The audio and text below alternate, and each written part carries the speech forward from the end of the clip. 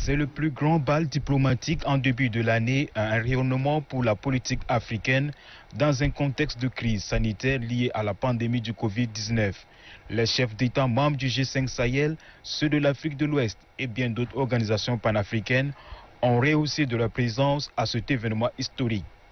Pour la deuxième journée consécutive des assises de Djamena, le maréchal du Tchad, Idriss Déby Itno, accueille ses pairs. Échange cordial, fraternité et prise de température matinale sur les résultats attendus des conclusions des travaux du sommet G5 Sahel. Le G5 Sahel ne peut contenir à lui seul les menaces qui font des victimes dans la banne sahélienne. C'est pourquoi le partenariat avec les forces étrangères constitue sans nul doute un atout majeur pour le G5 Sahel afin de garantir le développement de l'espace dans la banne sahélienne.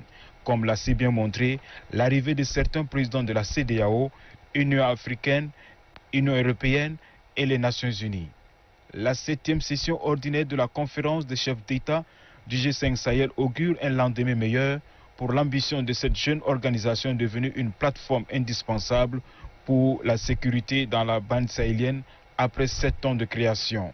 En prenant la tête de ce regroupement, le maréchal du Tchad, Idriss Déby Itno, a rappelé sa conviction pour le G5 Sahel.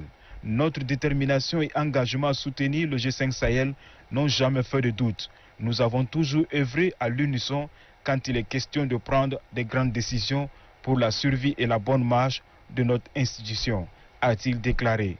Le sommet du G5 Sahel, c'est le flambeau que l'Afrique marche, avance malgré les défis sécuritaires.